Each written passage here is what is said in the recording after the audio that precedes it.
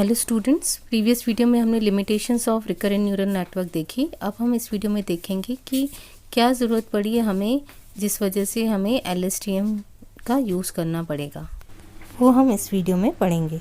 Recurrent neural network की mainly two problems थी, two limitations थी।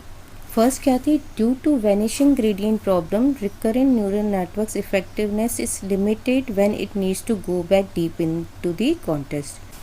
तो रिकरेंट न्यूरल नेटवर्क में क्या था? वैनिशिंग ग्रेडियंट प्रॉब्लम थी, जिसकी वजह से रिकरेंट न्यूरल नेटवर्क की इफेक्टिवनेस लिमिटेड थी।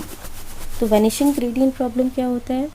ग्रेडियंट्स क्या होते हैं ये मैं आपको पहले बता चुकी हूँ, एक बार रिवाइज कर लेते हैं कि ग्रेडियंट्स क्या होती है। Are values used to update neural network weights. जब भी हमें न्यूरल नेटवर्क के वेट्स जो होते हैं कनेक्शंस के बिटवीन, उनको अपडेट करना होता है तो हम ग्रेडियंट फाइंड करते हैं। कैसे फाइंड आउट करते हैं?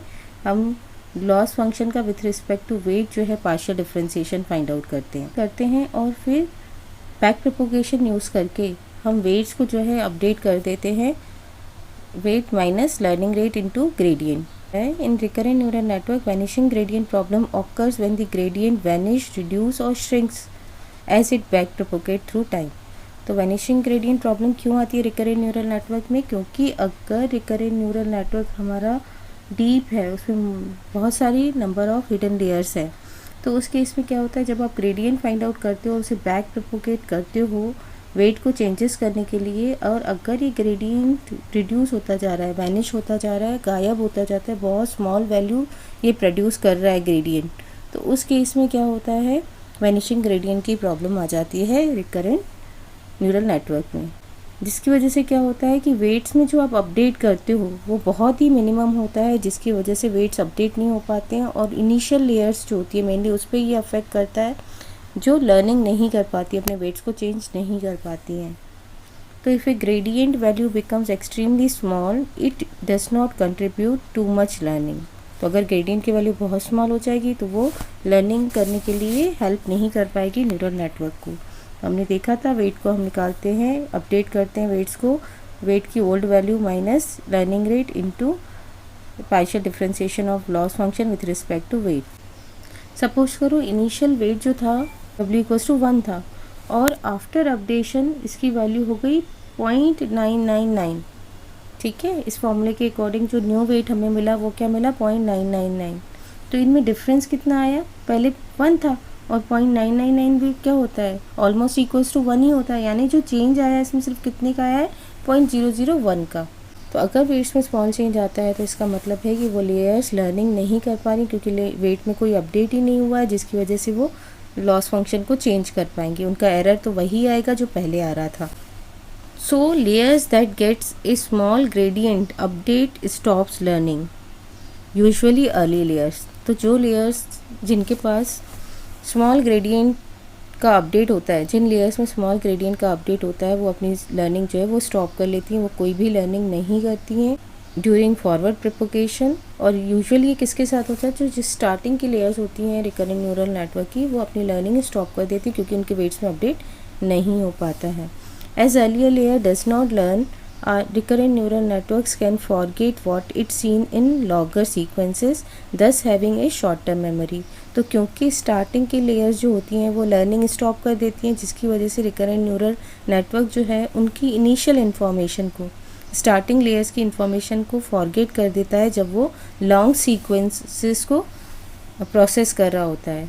ठीक है, अगर पैराग्राफ्स में 100 वर्ड्स हैं तो 100 हिडन लेयर्स होंगी रिकरेंट न्यूरल नेटवर्क में। अब ग्रेडियंट स्मॉल होता जा रहा है तो इनिशियल लेयर्स पे जो डेटा है वो तो रिकरेंट न्यूरल नेटवर्क जो है वो फॉरगेट कर लेगा, क्योंकि वो लर्निंग कर ही नहीं रहे हैं। तो रिकरेंट न्यूरल नेटवर्क जो है प्रीवियस इन्फॉर्मेशन को फॉरगेट करता जाएगा, जिसकी वजह से हम कह सकते हैं कि उसमें शॉर्ट टर्म मेमोरी होती है, यानी पुरानी चीज़ों को वो भूलता जाता है नई चीज़ों को लर्न करते टाइम। तो रिकरेंट न्यूरल नेटवर्क क्या? It suffers from short term memory.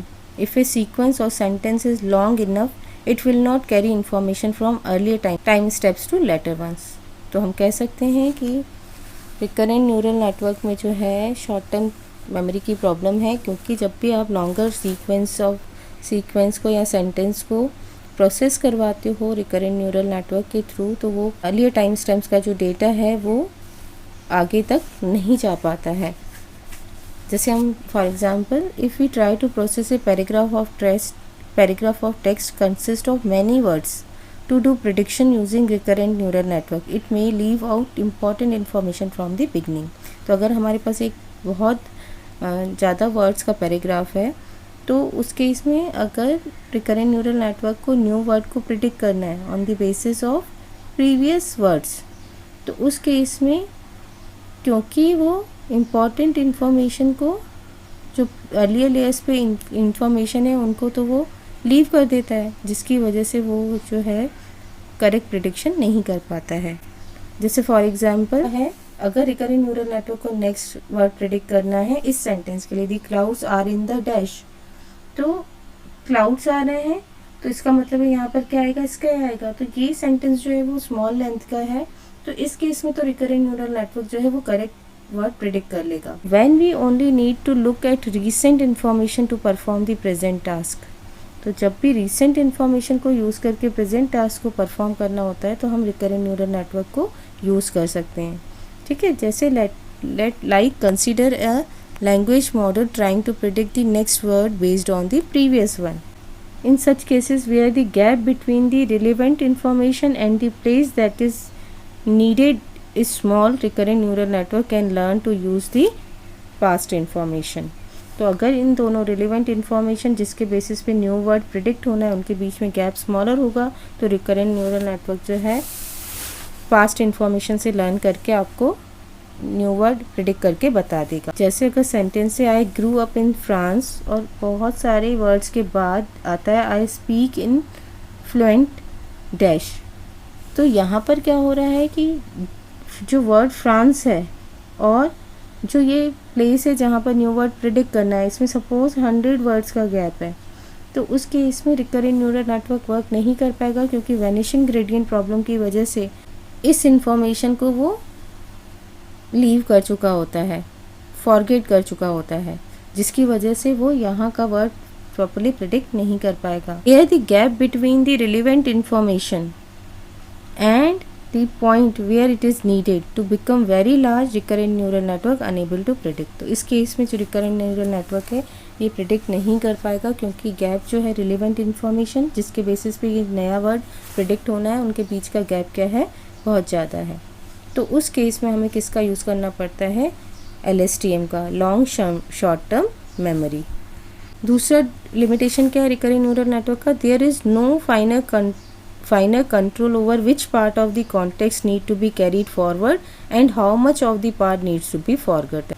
तो ऐसा तो पॉसिबल नहीं है कि सारे वर्ड्स को जो है फॉरवर्ड किया जा सके नेक्स्ट लेयर्स पर, लेकिन कौन सी इन्फॉर्मेशन इम्पॉर्टेंट है, कौन सी रखनी है, कौन सी फॉरगेट करनी है, जो गिवन कॉन्टेक्स्ट है, जो गिवन सेंटेंस है, उसमें कौन सी इन्फॉर्मेशन को रखना है, कौन सी इन्फॉर्मेशन को फॉरगेट करना है, इस टाइप का कोई भी कंट्रोल रिकरेंट न्यूरल नेटवर्क में नहीं था। तो LSTM में हम आगे देखेंगे, नेक्स्ट वीडियो में हम लॉन्ग शॉर्ट टर्म मेमोरी में देखेंगे कि उसमें कुछ गेट्स होंगे, 3 गेट्स होंगे, जिनके बेसिस पे ये डिसाइड किया जाएगा जो ओल्ड इन्फॉर्मेशन है, जो प्रीवियस लेयर की इन्फॉर्मेशन है, उसमें कौन सी इन्फॉर्मेशन को रखना है, रिलेवेंट इन्फॉर्मेशन को स्टोर करके रखना है, और कौन सी इन्फॉर्मेशन को फॉरगेट करना है। तो रिकरेंट न्यूरल नेटवर्क में कोई मेमोरी नहीं होती है, बट LSTM में हम देखेंगे कि मेमोरी होती है, जिसमें रिलेवेंट इन्फॉर्मेशन, जो इम्पॉर्टेंट इन्फॉर्मेशन है, उसको स्टोर किया जाता है और ट्रांसफ़र किया जाता है आगे की हिडन लेयर्स को।